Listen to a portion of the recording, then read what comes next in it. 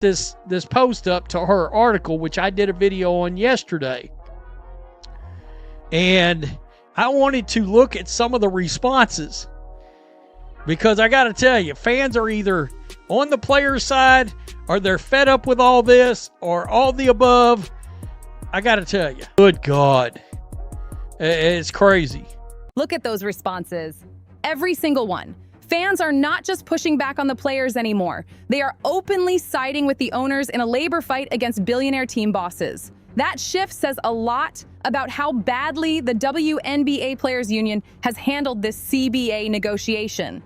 This is not just another rough news cycle that blows over in a week. This is a full-blown public relations meltdown, and the numbers behind the scenes explain why the owners planted their feet and will not budge. The owners see the data. They see the revenue splits. They see the market reality, and they know the union is not holding the strong hand here. There it is. They have no leverage. That message is spreading fast across social media and sports forums. Scroll through any WNBA CBA debate, and the tone is the same. At this point, someone explain this to me like I'm a child. It's the revenue sharing, and that seems to be the biggest holdup, yes? So why not meet in the middle and ask for 18 or 20%? Because at this point, not playing at all isn't profitable for either side. I said yesterday in my video, I think they settle around 17. Fans who were cheering all season are now telling players to take the deal or strike. The union stepped into these talks asking for 27% of gross revenue, and that demand changed the entire energy of the conversation. That is the same percentage NBA players receive. But there is one major issue with that comparison. The NBA makes consistent profit. The WNBA has reported financial losses for 27 straight years. The league has never posted an annual profit, not once. That reality changes the whole conversation. Some teams reportedly pulled in 50 to 75% of their total gate revenue from just 2 Caitlyn Clark games. Think about that. 2 appearances by one player bringing in half to 3/4 of a team's entire season ticket income. The players are obviously never going to get 27 plus gross revenue. They should shoot for 18 to 20%, realistically. It's not what they want. It's a lot better than what the league is offering. Again, it's going to be net revenue.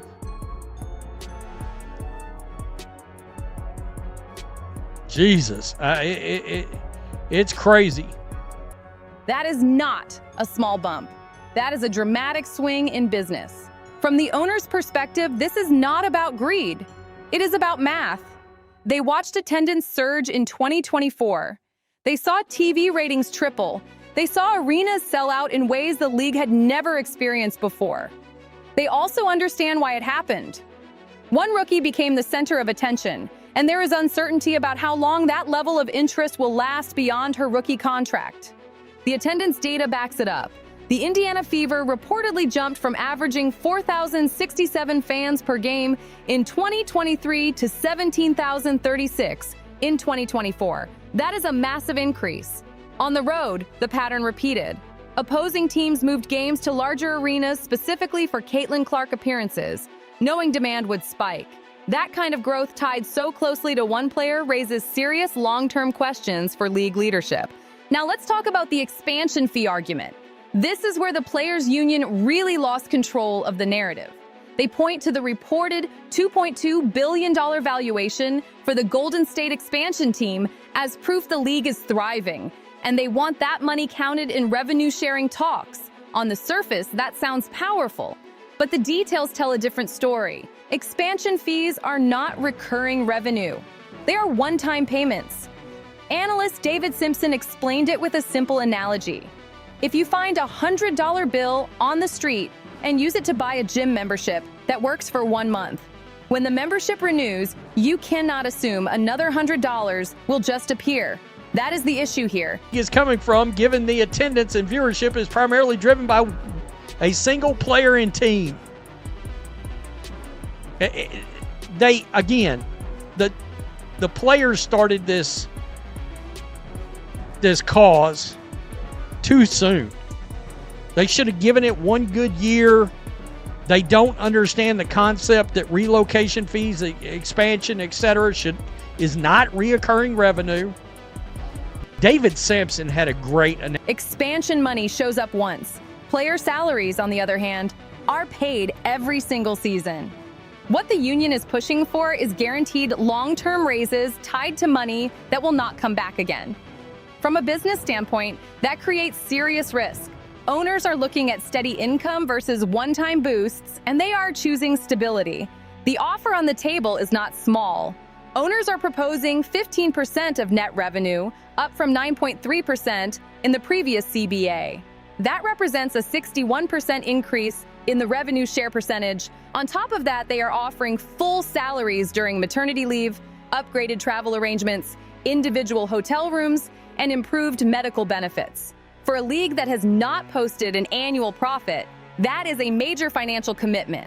The owners are clearly betting on future growth. They are agreeing to pay more, even while the league operates at a loss. And these players are completely, the word I keep seeing from fans, delusional and greedy. What they are not willing to do is build the entire financial structure around the assumption that Caitlyn Clark's impact will carry the league forever. Delusional and greedy. Those are the words showing up again and again in fan reactions. Not from random trolls, not from people who never watch a game. These comments are coming from fans who tuned in all season, bought tickets, and spent money on merchandise. The very audience the league needs to keep on its side now feels frustrated. That shift in tone says everything. The players' union appears to have misread the moment. They treated the 2024 surge like guaranteed leverage. They assumed fans would automatically back them in a labor dispute. They believed the wave of attention would carry them through tense negotiations. On all 3 points, the response has not gone the way they expected.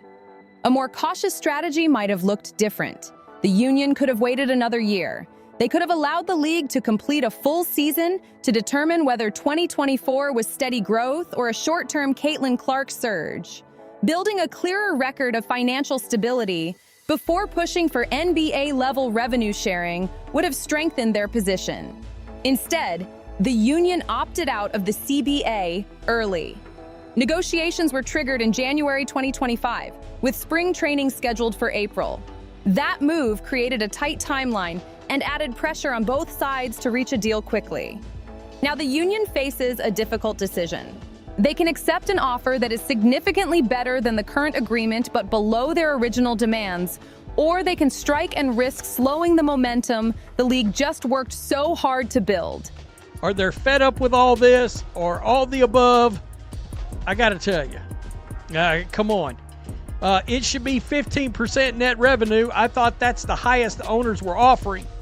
The league has never made any money. The players should sign now. They got some housing back. They are looking very greedy. That is the takeaway. The strike threat is the players' last piece of leverage, and right now, it looks thin. Owners have already stated publicly that they are finished operating at a loss. They have drawn a firm line at 15% of net revenue. From their side, that number is not moving. If the players choose to strike, the consequences are serious. The league does not play in 2025. Caitlyn Clark potentially misses her second season. The buzz created in 2024 starts to fade. Casual fans who just discovered the WNBA shift their attention elsewhere. Sports audiences move fast. When the games stop, the spotlight moves on. And if negotiations restart after a shutdown, the union could be in a weaker position than it is now. Owners understand that risk. The union appears to believe fans will pressure ownership to fold. But the public reaction suggests something different. Many fans are telling the players to accept the deal. The pressure is not landing where the union expected. The timeline adds even more weight. There are only a couple of weeks before a final decision has to be made. Spring training camps are scheduled to open in late April. Teams need preparation time. Players need to report and get ready. Delays create uncertainty across the league. From a strategic angle, the practical move would be to negotiate slightly higher, possibly around 17% of net revenue, secure added improvements in areas like housing or travel, and finalize the agreement. That approach locks in the progress made in 2024 and maintains trust with the fan base.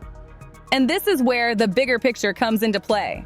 This is not just about percentages on a spreadsheet, it is about timing, perception, and long-term strategy. The league finally has mainstream attention. Media coverage is stronger. Corporate sponsors are watching closely.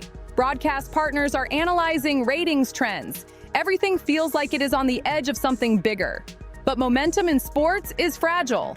Right now, the owners are looking at sustainability. They want controlled growth. They want proof that the surge in ticket sales, ratings, and merchandise can last beyond one breakout season. From their perspective, locking in fixed long-term costs based on one explosive year carries real financial risk. On the other side, the players see opportunity. They see packed arenas. They see record jersey sales. They see national headlines and believe this is the exact moment to push for a structure that reflects that growth. In their view, waiting could mean missing the window. The tension comes down to one core question. Was 2024 the start of a new era, or was it a perfect storm built around one superstar moment? That answer changes everything about how aggressive either side should be. If both sides miscalculate, the damage will not show up immediately in headlines. It will show up slowly in lost goodwill, stalled negotiations, and fans who feel disconnected from the drama off the court. The next move will define whether this league builds on its surge or risks slowing its own climb. There is also something else happening beneath the surface. This negotiation is shaping how the public views the league's leadership on both sides. Owners are being judged on whether they truly believe in the league's growth. The players' union is being judged on whether it understands business reality. Every headline, every leaked number, every social media post adds another layer to that perception battle. Sponsors are paying attention. Networks are paying attention. Investors exploring future expansion are paying attention. Stability matters to them. A league that looks unified and forward-moving attracts long-term money. A league stuck in public conflict raises doubts, even if the product on the court is improving. For players, the risk is not just financial, it is reputational. Being offered, just go on strike. Just go on strike. I mean, come on. If fans begin to associate the surge in popularity with off-court disputes instead of on-court performance, that shift can slowly chip away at support. The average fan does not study revenue models. They respond to what feels fair and sustainable. Right now, many believe compromise makes more sense than confrontation. For owners, the challenge is different. They must prove that their offer reflects genuine commitment, not just cost control. If they hold firm at 15%, they need to clearly communicate why that number protects the league's future instead of limiting player growth. This moment is bigger than a single contract cycle. It is about defining how the WNBA handles success. Rapid growth creates pressure.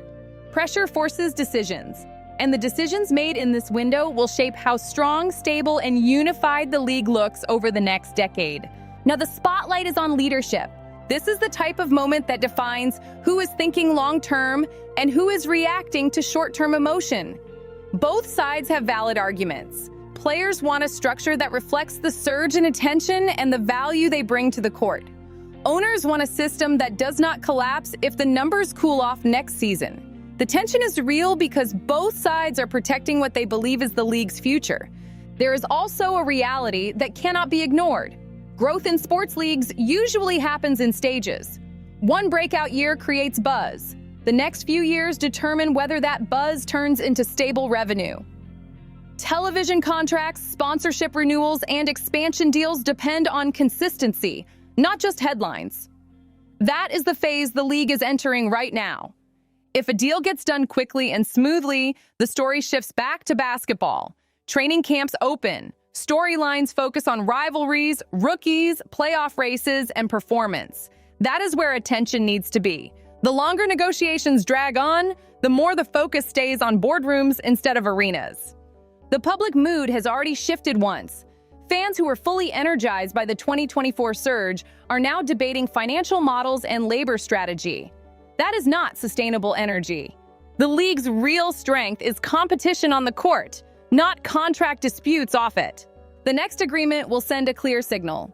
Either it shows that both sides can balance ambition with realism, or it shows that the gap between expectation and economics is still wide. How they close that gap will determine whether this surge becomes a foundation or just a headline moment. Here's the bottom line. This is bigger than one negotiation, bigger than one rookie, bigger than one season spike. What is happening right now will shape the direction of the league for years. Moments like this either build foundations or expose cracks. The league finally has real momentum. National attention is steady. Jerseys are selling. Arenas are fuller than ever. Casual fans are turning into regular viewers. That kind of growth does not come around often. The question is whether both sides protect it or gamble with it. The players want respect that matches the spotlight. That is understandable. The owners want financial structure that does not crumble if the numbers dip. That is business reality. Somewhere between those two positions is the deal that keeps the league moving forward. If cooler heads take control, this can be remembered as the negotiation that locked in long-term stability and rewarded growth the right way. If pride drags it out, the damage will not be loud at first. It will show up slowly in fading buzz, stalled progress, and fans who feel turned off by the drama. The next move decides the tone of the next decade. Unity builds leagues. Division slows them down. The clock is ticking, and every decision from this point carries weight. And if you want the real breakdowns, the real numbers, and the stories behind the headlines without the spin, stay locked in with Courtside Leaks. This saga is not just about contracts. It is about power, timing, and who really understands the game behind the game. We've got every angle covered, every leak, every backstage twist, every moment they won't show you. Hit like, subscribe, drop a comment, and share this video. Stay locked in with Courtside Leaks, your home for the truth behind the WNBA headlines.